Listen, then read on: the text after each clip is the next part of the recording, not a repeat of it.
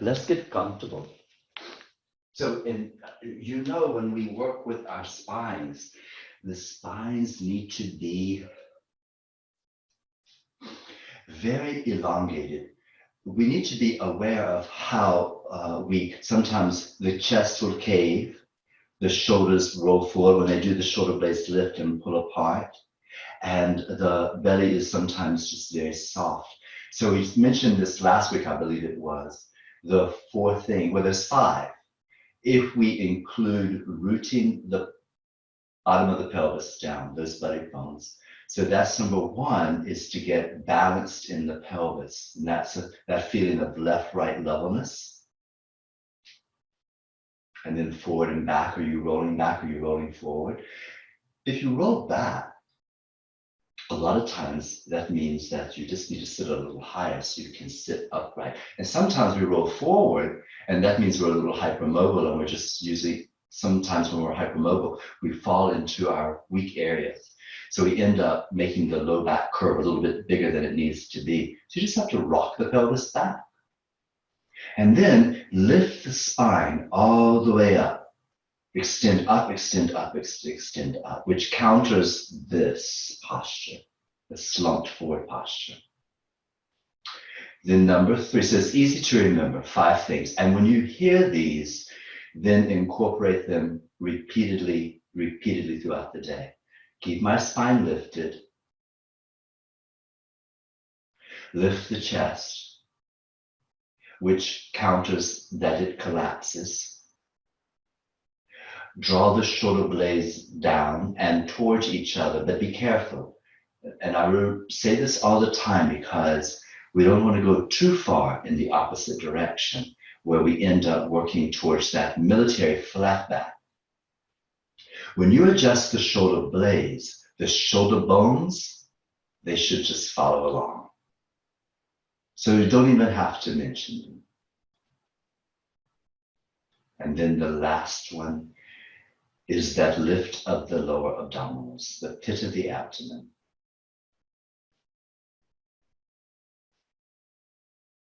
So now you have a posture that helps us in our recovery from back issues, pain, tension, discomfort, but also a posture that will help us throughout our day not succumb to collapse, and also remember, and we've talked about this in my classes, a poor posture reflects low energy.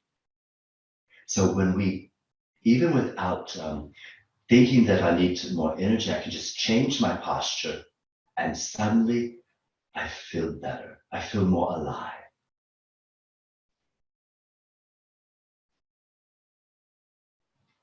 Because we hold a lot of tension around the diaphragm, and that diaphragm has connective tissue close to the hip flexors and the quadratus femoris muscles. These are muscles that control the movement of your thigh bone hip flexion as well as side bending. Let's take several deep breaths and see if we can use the diaphragm to help not change anything about those muscles, that won't happen, but help release tension in the connective tissue around those muscles. So widen the diaphragm, broaden it forward and back, feel the center dropping down into the belly. It's really up to you how deep you want to go, but don't go so far full into an inhale that you feel that you're going to turn blue. And then exhale softly. Let it just ease out of you without being rushed. Let this exercise of breath expansion be one that feels delightful. It feels good to know that you're doing something powerful for yourself with simply your breath.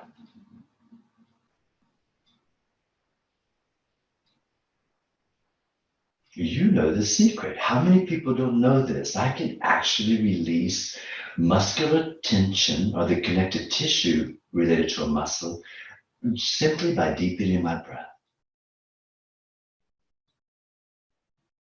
And what's happening with those intercostals and the muscles and the connective tissue around the intercostals?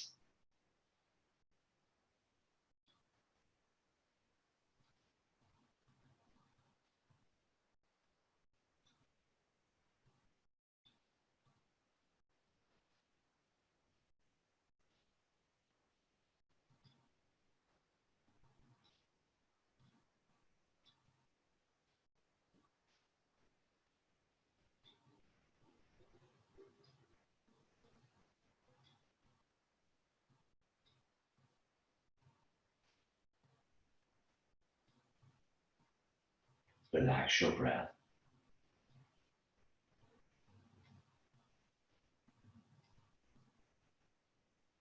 Lift your hands up to your heart and bow your head.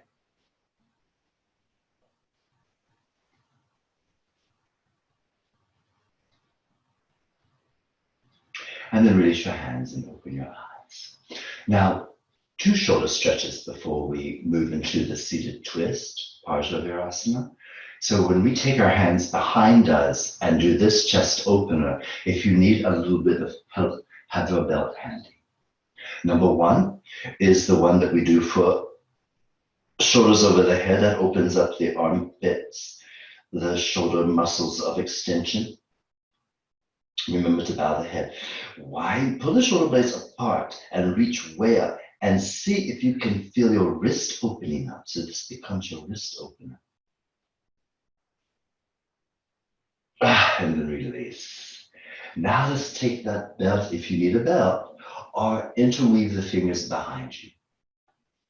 Then pull the shoulders back, squeeze the shoulder blades together. Now, unlike what we did earlier, we were just putting them towards each other, but now squeezing them. Now we're going to squeeze and pull them down. And then once again, bow the head. And then if any amount that you can, lift your arms. We would like the elbows to be straight. And so if they can't be straight, then that's when we should hold that belt.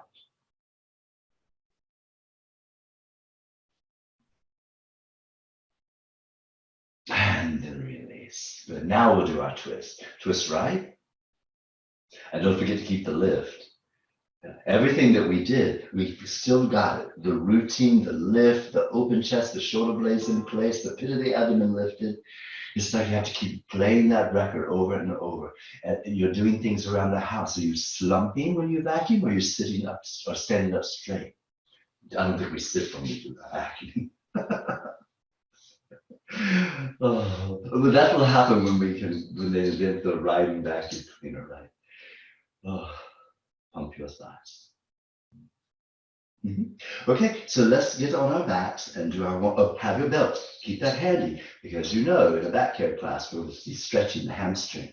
As a matter of fact, plan on doing all 3 of the straight leg hip openers today. So if you need any extra props, you can have those handy.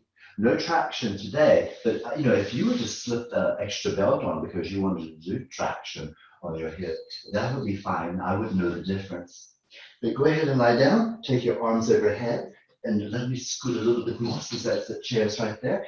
And let's do the full body stretch. So inhale and exhale, reach the heels away from the center of the body, reach the arms in the opposite direction away from the center of the body. And then inhale, let yourself relax. And then exhale, repeat. Feel that you're trying to open up space in every joint, especially the spinal column. You're pulling yourself open. Inhale, relax. And then exhale, reach and stretch, and then stretch and reach. And then inhale. Now let's do our single knee to chest. Inhale and exhale, the right knee to the chest. Lift up your shoulders and head to the knee, if that's okay. Inhale and exhale, other side. We'll just keep going back and forth for 3 times on each side.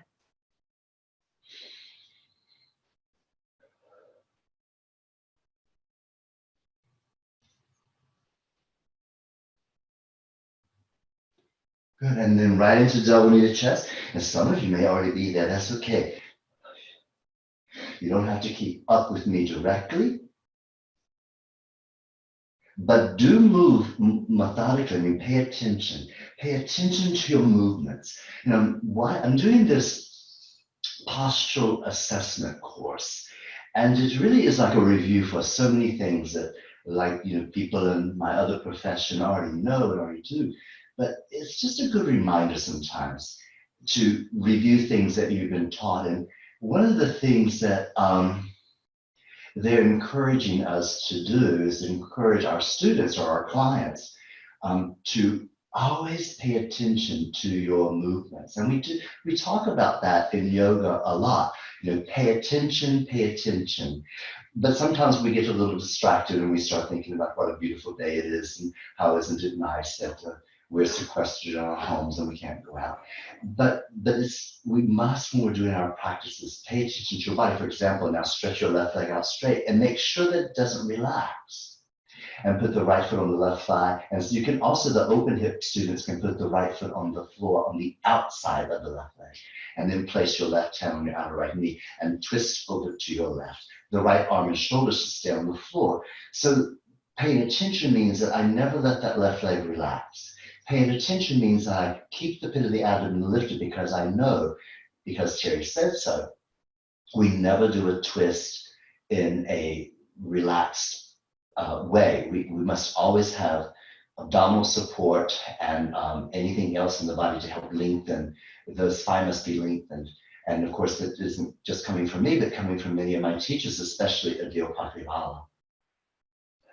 And then the right hip doesn't come up towards the right shoulder. We have to keep remembering, roll the right hip away from the right shoulder. And then inhale and release. So that way, everything that we do becomes more beneficial. And we also make sure that by doing things correctly, we end up not hurting ourselves. So now press out through your right leg. The right leg is not only just straight, but it stays energized and straight. So you're pressing out through the heel the whole time. And then once again, the pit of the abdomen is lifted and the spine extends upward towards the head. And then the outer left hip rolls away from the left shoulder towards the right foot.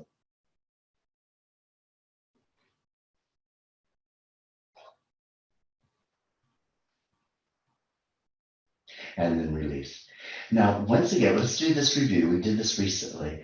We did, before we do our hamstring stretch, I know you're excited, you want to get right into it, but let's just do the pelvic tuck and tilt a few rounds, because I'm just finding this very helpful for me in keeping my pelvis isolated from the movements of my whole rib cage and upper thoracic.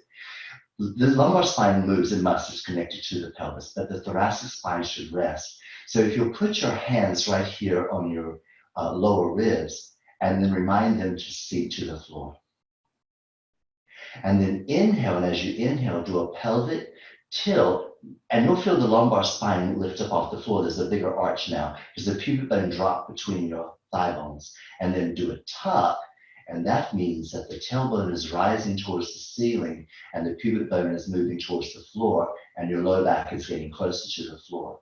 So the inhale, the tilt, and exhale, the tuck, and your hands stay on your ribs to remind you this part isn't moving. It's really just the pelvis and the lumbar spine.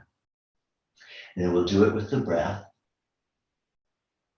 And I know sometimes we get a little confused, so it's good for me to remind us what's actually going with what part of the breath is going with what part of the movement. Exhale, and that's the tuck when the tailbone will rise up. And then inhale in the tilt, that's when the pubic bone rises and you can feel the low back arch. So there's not a lot of movement in the spine, by the way. And it's not a big movement in the pelvis either. But if we do this periodically, it will just remind us how to isolate moving the pelvis without disturbing the rest of the body. And then we'll pause and rest. Now let's get that strap. Let's do the right leg. Now, so I'm under the assumption that you're coming to Healthy Back and Spine because you have some back issues. I know, you really just want to hang out with me. Isn't that right? On a Wednesday afternoon at 4 o'clock. Let's go hang out with Terry on Zoom. But just in case you do have some back tension, the hamstrings definitely will need your love and attention. Most important is that that right knee is straight. There's other important things too, but if you had to pick that one important thing, the right knee is straight and the right thigh muscle is active, because that front thigh muscle, that will help you get that muscle to release. And then other things like the shoulders are relaxing on the floor, the elbows are straight, the left leg presses down.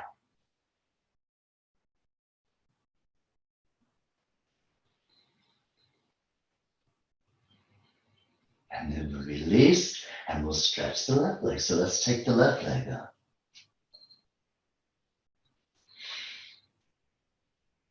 So let's repeat. What is the most important thing? The most important thing is that the left leg is straight. The knee must be straight. And then activate the left thigh muscle, which gives you that message to the hamstring. I'm gonna just relax and let you do the work. I'm just gonna get my stretch on. And then the right leg is grounded. I'm holding my belt with both hands, dropping my shoulders to the floor.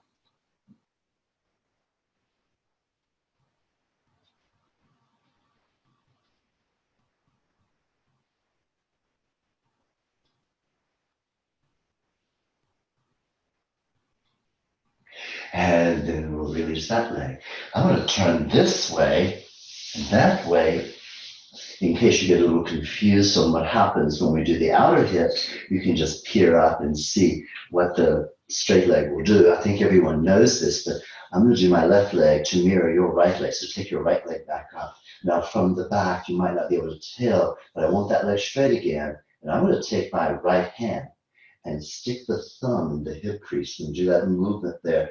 That's very helpful when you do the outer hip to keep that thigh bone in the right place. Roll the left leg inward as you cross the leg to the right. So now we're doing those outer hip muscles. And you can notice if you look up at the screen that I don't lift the pelvis. The pelvis stays down. The leg is only crossed to the left until I get that outer hip opening. And let's come up, release that side, and we'll do the other side. And again, you don't have to peep up, but if you did peep up, you would see that I'm sticking my left thumb in the left hip crease, rolling the hip away, and then crossing the leg over to the right and holding it. I'm putting the breath right there into that outer hip.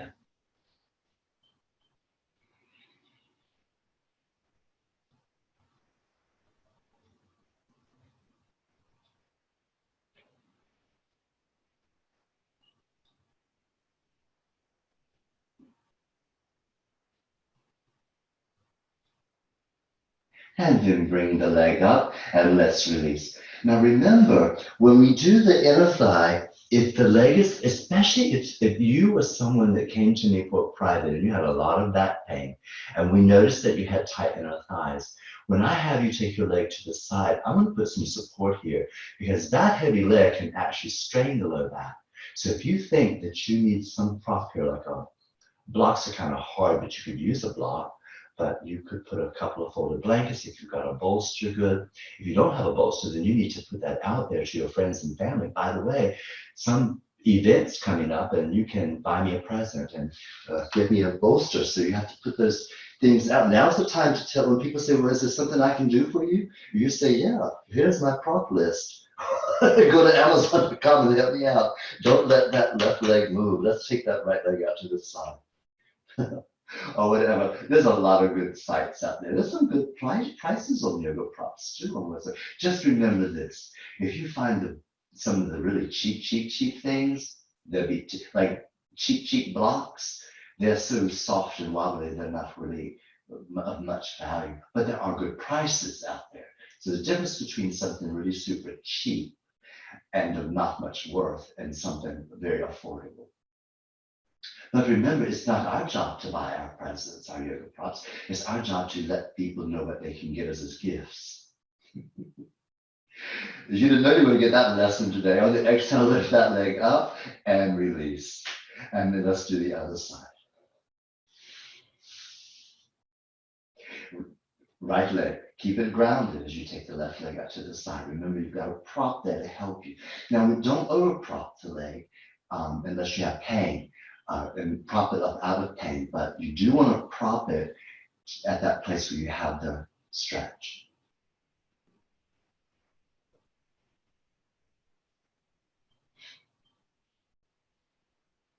On the exhale, lift your leg up and release. Good. All right, so now let's do one more for the hips. I'd like to do the piriformis stretch. So I'm gonna do that one this way. We'll cross the right leg over the left leg. So I'm gonna just do the right leg with you this time. Pull the toes towards the shin, bring the left foot off the floor and hug the left leg. Now, if you have any difficulty holding the left leg, then you can hold if I can't hold the shin, hold behind the leg, or you could always take your belt and wrap it around the right thigh and see if you can hold it that way.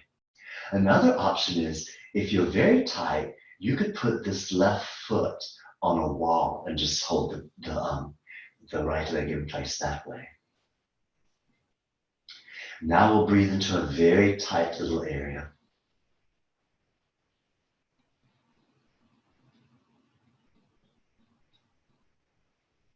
Let's release and we'll switch sides. Oh, historically, my left side has always been my tight side.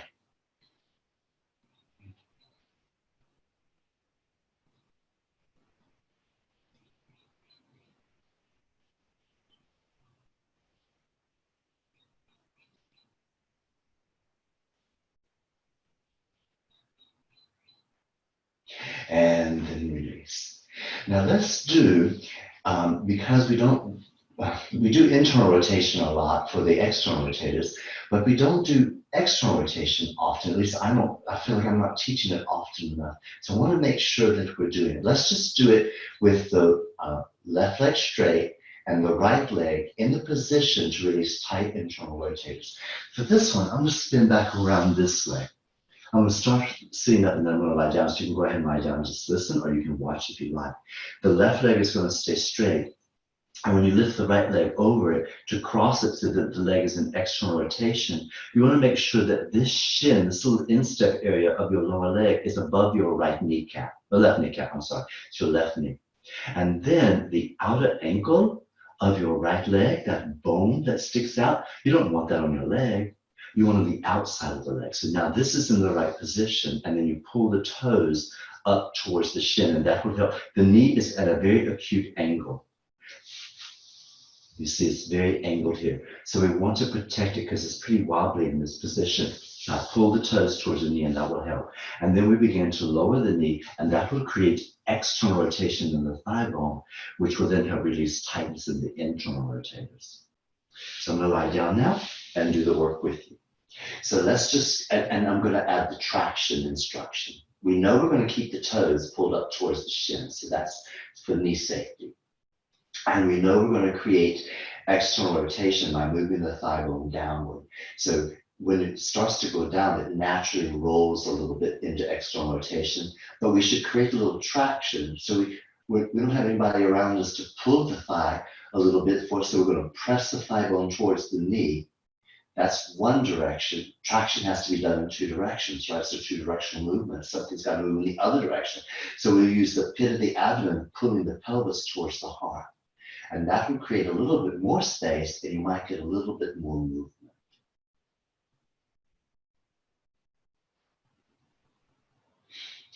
And so this will help those muscles not only on the inner thigh that do internal rotation, but also on the outer hip. They're muscles that participate in internal rotation.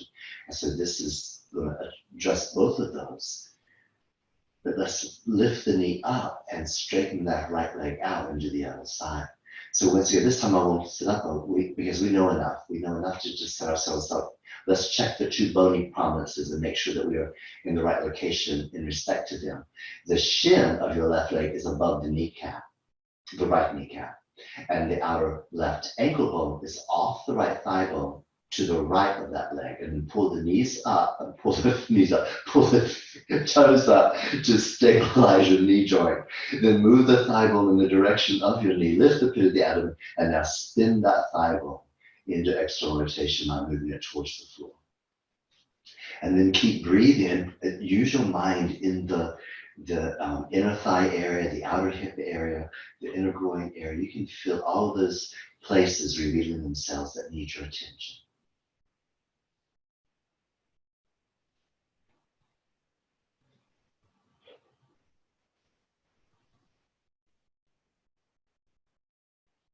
And then lift the left knee up and stretch the right leg out.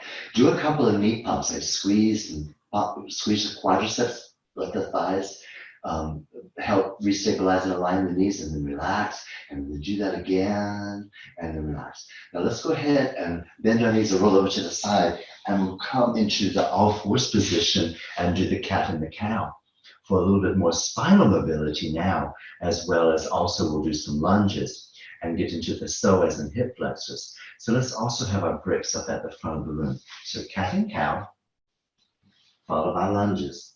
So you know the old knees, sometimes we need a little cushion. And the blocks just help lift us up a little bit so that we can breathe. Otherwise we may have our diaphragm pressed on our thigh and there's no room for breath. So let's get that cat and cow going. And if you're not quite set up, that's okay. Once you come down to the floor and get into the square all fours position, start moving your spine. And it sort of follows the same movement that we did with the pelvic tucking tilts. As we exhale, we'll feel the spine rising, the abdominal muscles contract, and then inhale, we open up the front body, open up the chest, the spine moves in. The whole spine should be moving like a big whale, wailing up and then dipping down. One more time.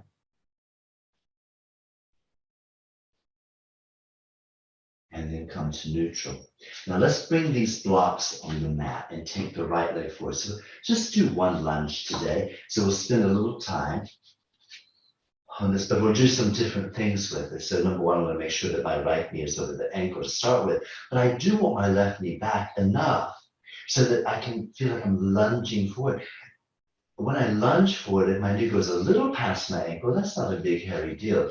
I just want to make sure that I don't go way forward and put myself in a very wobbly place. Because remember, if you're at home and you get injured, there's no one to help you. You just have to figure it out on your own. So we don't want you to injure yourself. Pay attention. There's that pay attention again. And then we go back to the yoga principles like ahimsa, non-harming.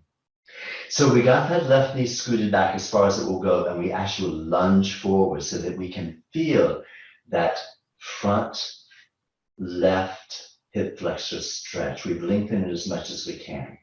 Now let's make that stretch a little bit more. So we'll bring our hands up onto our thigh bone. Now if this is difficult and you have trouble balancing, you can come up a little higher by bringing the blocks up like this and putting your hands on blocks.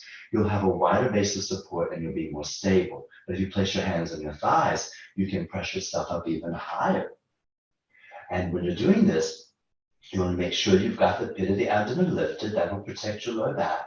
And that you're lunging forward to get the full stretch. Spine extended, chest open, shoulder blades down and towards each other, but not over squeezing. Let's release, catch the blocks, bring the right leg back, take the left leg forward, which it always feels like it doesn't want to go forward when it's had a deep stretch, but the right leg has to have its turn. It's only fair. So here's part one, setting ourselves up with the hands on the middle level of the blocks. On the high level, you can go ahead there too, but there's my knee. I'll move back so you can see the knee is over the ankle. The right knee is back as far as it will go. And now let the pelvis move forward. So I've got the stretch right there. So that's what we might call today phase one. And now I'll bring my hands up onto the thigh bone and lift the pit of the abdomen and stretch a little deeper. And you don't want the low back to feel compressed. So if it does, and you're lifting the pit of the abdomen, then it may mean that it's pretty tight and you want to come forward a little bit more. To get the full stretch, lifting the spine more to perpendicular, even a little back arch would be nice, but we can't do it if we're not ready. On your exhale, come forward, and let's take that left leg back. Now, when we get that, it would be a good idea to do the child's pose.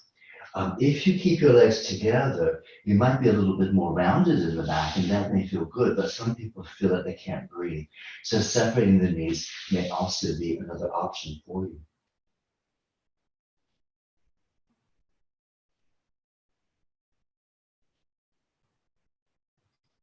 Slide your hands back, place your hands under your shoulders and lift up.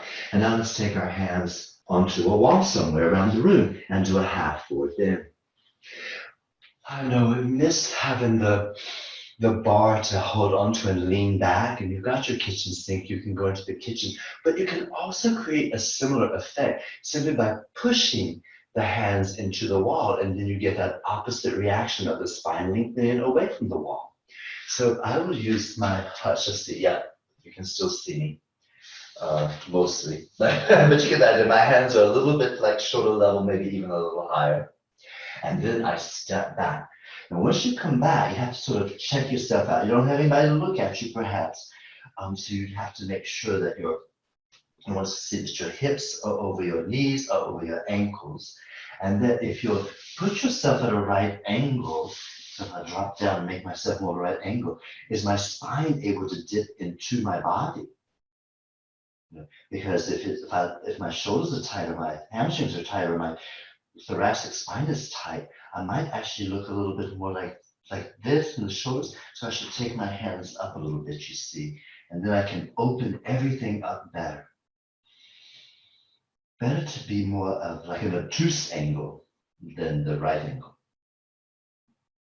Good, okay. Now push the hands into the wall to recoil the pelvis away from the wall, which then helps elongate your spine. The widening of the shoulder blades has to be mentioned because it's so important. If I don't mention it, we might not do it, and then we might end up with compression around the neck and shoulders.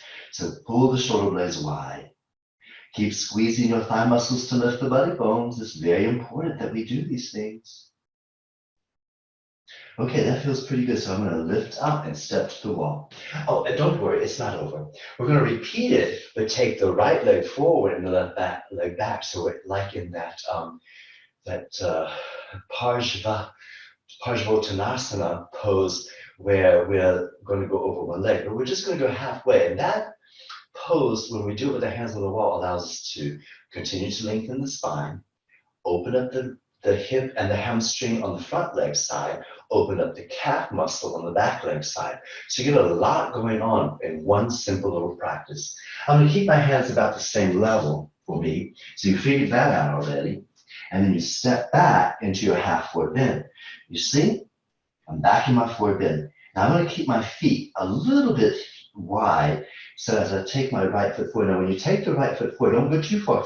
Don't go too close to the wall, because if you go too close, then it'll keep you up.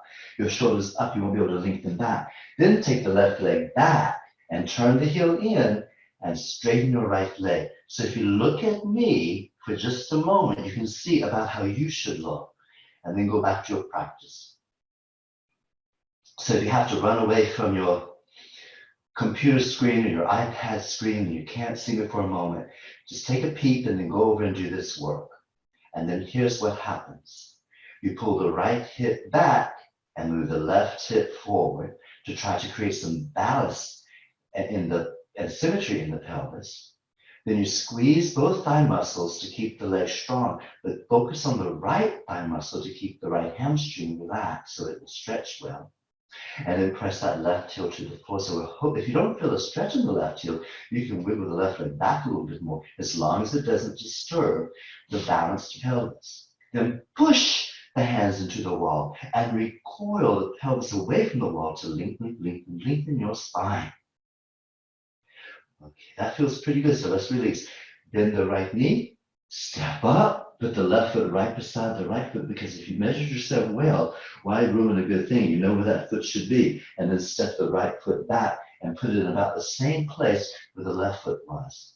And we'll repeat the pose on the opposite side. Left hip back, right hip forward. Squeeze both thighs, press the right heel to the floor. That gives us all of our lower body things. And then push the hands into the wall. And don't forget, the shoulder blades are wide. Wide.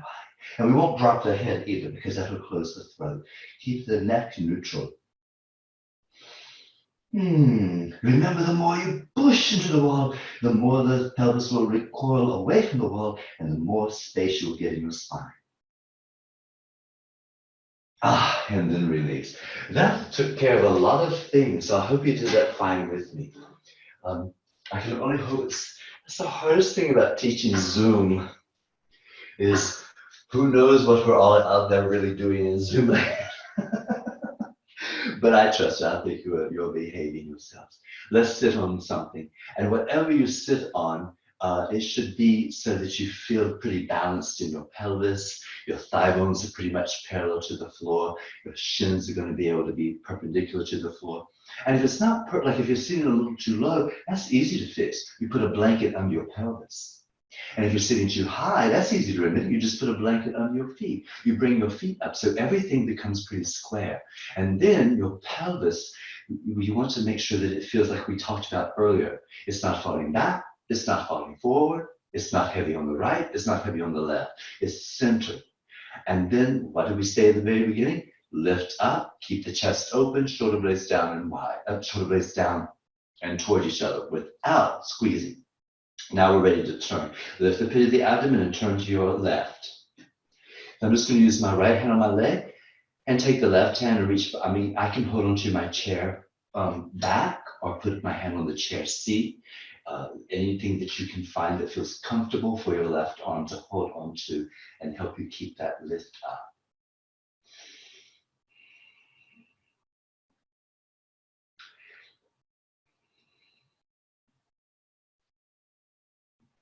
Remember, all twists are active, so we do not want to slump the spine. And one of the reasons why I think in a back care class it's a good idea to sit in a chair to do the twist is because it helps us to not have to work so hard. Well, so many of the seated twists on the floor, it's hard to get a good lift in the spine when the pelvis is in some of those challenging hip positions, which are all good and all beneficial. But for the spine and in back care, this would be a better way, I think, anyway. Let's release and go to the other side. Remember, before you go into the twist, you want to feel the lift, feel the open chest and heart, shoulder blades in place, pit of the abdomen lifted, and away we go. The inhale creates the link with you, and the exhale monitors your twist.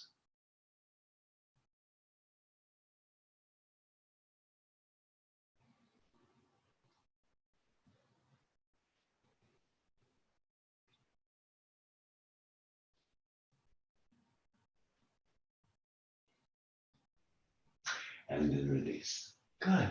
Okay, so we got the twist in. We did one on the floor, we not did one in sitting. So now I want to do another back bend, but this one is for the upper thoracic because of this chronic collapse that we have. And even though it might be that you feel low back tension, if we have this posture here in the upper body, and we don't notice that we have any tension in our upper neck and our upper back from that, it can still reflect down into the low back. So it has an effect in what's above and below.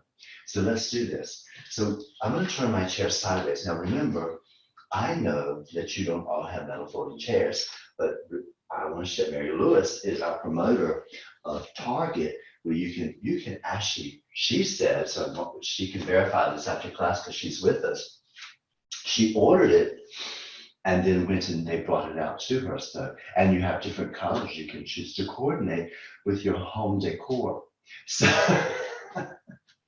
So, we're not going to do the back bend where you lift your hips. This is for the back bend class. This is just to put the shoulder blades right on that chair. And I put a blanket over there just to soften it a little bit. If I were preparing for back bends, I would probably just use the hard rod. But since I just want a soft opening for my chest, I put a blanket there to make it cushiony. You can even put another blanket there. You can have double blankets. And then I lean back and I'm going to interlace the fingers behind the neck, not the head, but the neck, and catch the little finger right at the base of the skull, that occipital ridge.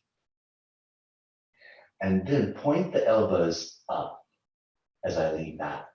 So that's very comfortable. So the elbows go up and then the arms go back there. And if you look at your elbows, they should be parallel, right? So we want to, the reason why we're bringing the elbows closer together is so we can really introduce the spine onto the chair, that spot. Because if you take your elbows wide, you can even tell the shoulder blades become the more prominent surface to touch the chair. I want it to be those vertebral bodies and the muscles around the spine. So I'll point up. Now let's take a break. Let's go ahead and lift up. Keep your hands behind your head as you're coming up. I'm still leaning on the chair, and then I can release my hands and then use my hands to help me sit all the way up. I'm going to sit up straight and just take a couple of breaths. Let's repeat it. And if you just notice that you were in a place where you thought, I wish I were a little higher, or I wish I were lower, then that's where you'll go. So we'll do it one more time, but you got to make a choice. You can do it a third time and address above and below. So you can always come back and do it later too. But we'll just do it one more time for today. I do want you to remember that in this particular practice, because I can hear the questions now in class, where is that chair back falling? We're going right on the shoulder blades. We're putting the shoulder blades on here. So my first time was right in the middle.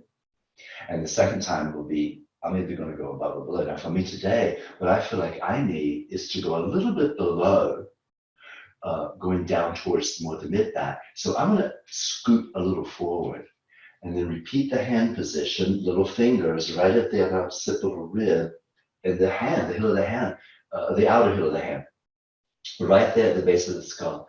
And then slowly lean back, and I'm a little bit lower, I'm more towards the tip of the shoulder blade, and here I go back. So hopefully you're joining me and you found something in your house, a kitchen chair, a hallway chair, just sitting on the sofa and reclining back over the arm. And of course, many of us have done back bends over blocks before, so you can always lie down on the floor and do a back bend over a block. But we want to do this to help us unwind the time that we're sitting, studying. We're doing, everyone's on the computer doing home study now. And why not? We have all this time, so let's go and come up. We might as well be doing some continuing education while we're sequestered in our home, right? Okay, so now we have two core practices to do, stabilizing core practices, and you knew that was coming up. One of them will be balancing cat, and the other one, a very simple abdominal exercise. Very simple and yet effective, I believe. I'm putting this down again for balancing cat. So this would be for both the abdominals and the back body. Taking so I contract these muscles and pull them towards the abdominal organs, not to suck in, but just enough to support. And I still pull them towards the heart too. I don't want them to sag, I don't want my belly dropping down. So I've got my support, take the right leg up, take the left arm up, and let's practice that. I'm wobbling today.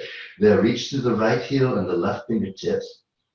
Try to be as level as you can, and don't let the belly sag, so tone those abdominal muscles. And we'll take one more breath. and then we'll release and do the other side. This is really a super, super way of creating back strength and stability. So, and I know in class sometimes it seems like we do a very short, one or two times. And if you felt like you really needed to do it more because you're weak in your back, then really spend some time and add those other practices that you know that we do, like Shavasana, which is locust. And even if you don't do Warrior Three, well, setting yourself up to practice variations that you've been taught with support for Warrior Three. That is another way of helping to strengthen the back body. So we've done, if you didn't switch sides, make sure you're even, that you've done both sides equally twice, and then we'll stretch the back in the child's pose. Remember, either knees together, if that feels good, to let the back be very rounded, but separate the knees if you feel very compressed, and then let the ribs drop through the knees.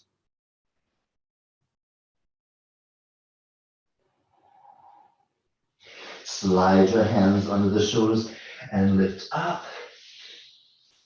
And now we'll do our front abdominals. So in this one, we'll have the hands behind the head so that we have the whole front body open. The knees are bent, feet flat, like this. So if you need to peek, so just, and by the way, if you take your hands behind your head and drop the elbows out to the side and the arms feel very tight, you can stick blankets at any level. This one's folded, this one's actually very thick. I could put blankets on either side. That way I can still relax without this be feeling super tight. All we'll be doing is on an exhale, contract the abdominal muscles and feel yourself doing that pelvic tuck and lift the feet slightly off the floor. And then inhale, place them back down and relax there. Just very simple. So it goes like this. Inhale. And on the exhale, contract the abdominal muscles and pull the feet a little bit off the floor. You'll feel your lower back move towards the floor. You're just holding it and then inhale, release. And exhale. Release, inhale. Exhale, contract the abdominal muscles and float the feet lightly off the floor. After you give the abdominals a big squeeze and inhale, release. So as you exhale, contract the abdominals and then do a pelvic tuck and lift the feet off the floor. Inhale again. And exhale. Now, if you bring the feet up too high, it becomes a little easier. So I'm keeping a lot of weight for the abdominal muscles to help the hip flexors lift. That's by keeping the feet slightly off the floor. Now, sometimes we get to about number 5, and some of us may start to feel like, how is this just going to go on all night long? So you can always take a break. And those of you that are sticking with me, I'm not sure of the count. You're probably screaming it at me. And I don't know, but I think it's 6, and this will be number 7 if I'm not mistaken, but we're shooting for 10. So if you take a break, that's okay. Rest out a couple and then join us and do a couple more.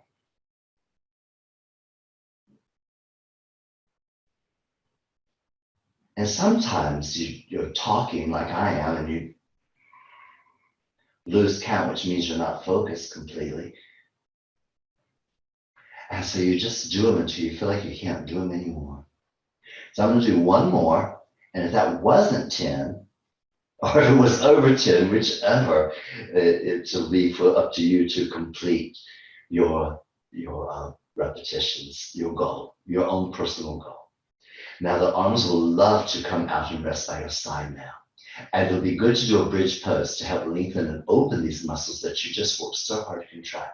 Remember, that was a pretty simple practice. I know some of you, not really, but it was very basic. And yet, if you do it, you'll notice that it will help you with your trunk stabilization. Let's go ahead and do the bridge.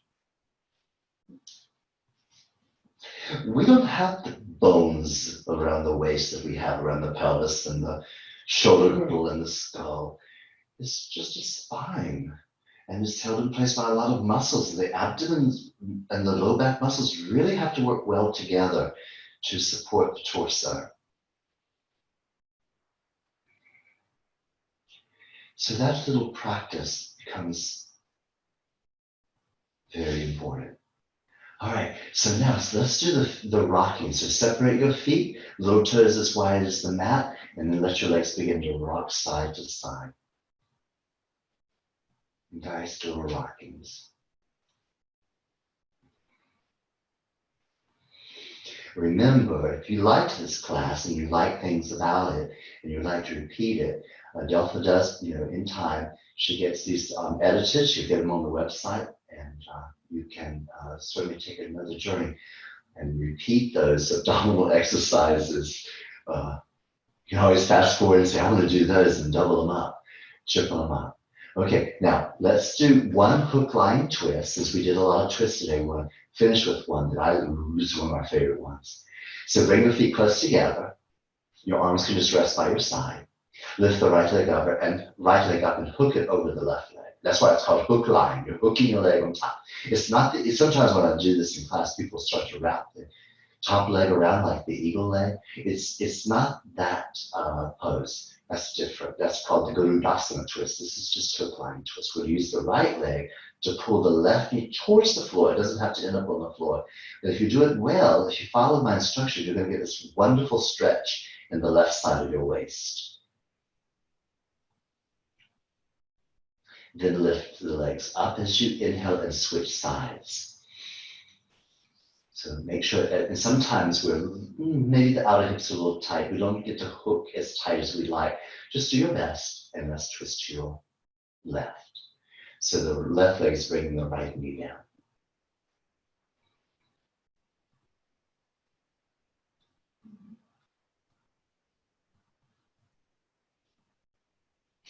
And then release. Okay, now for just a moment, stretch the legs out and just pause and feel. See if there's something you need, like maybe a double kneaded chest, a big squeeze, or do you need to do another bridge, or do you need to do a few more rocks? And then after you've done your extra practice that you kind of feel like you need, because sometimes I might not know what it is you need, so you have to do it yourself, figure it out for yourself, and then set up for your relaxation. Our practice where we have a moment to put everything in the database. So it's stored and ready for use again. Use for with regards to remembering the practices, but also at deep levels, the work that we've done is stored in the cells of your body as you rest.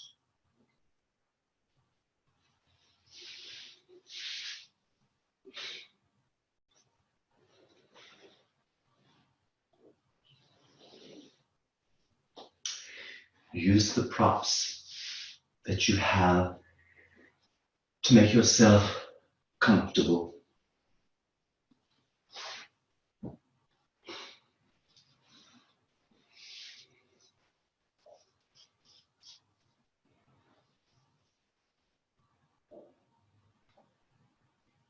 If you remember to wiggle the shoulder blades away from the ears, that helps to lengthen the neck. And if you remember to scoop the back of the pelvis towards the knees, that helps to lengthen your low back.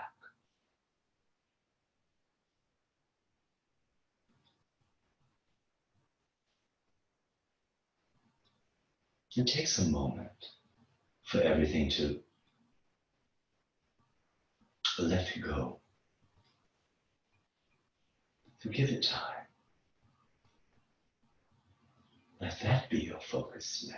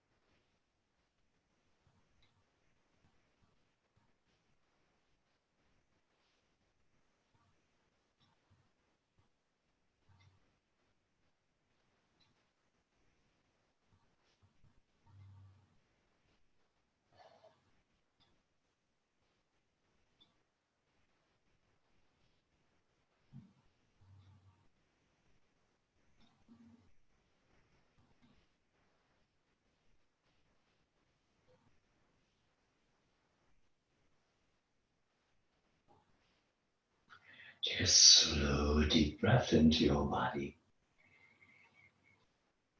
and exhale.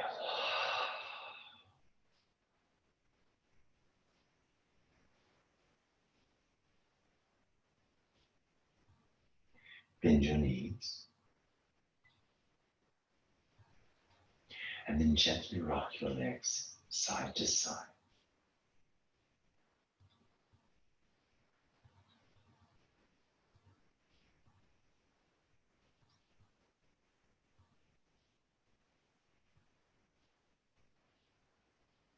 Let's roll to the side and pause.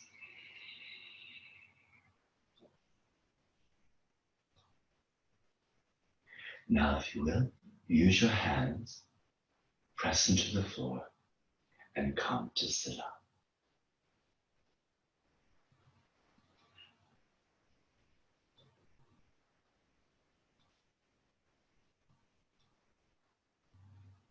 May every day be filled with love and light and laughter. Namaste.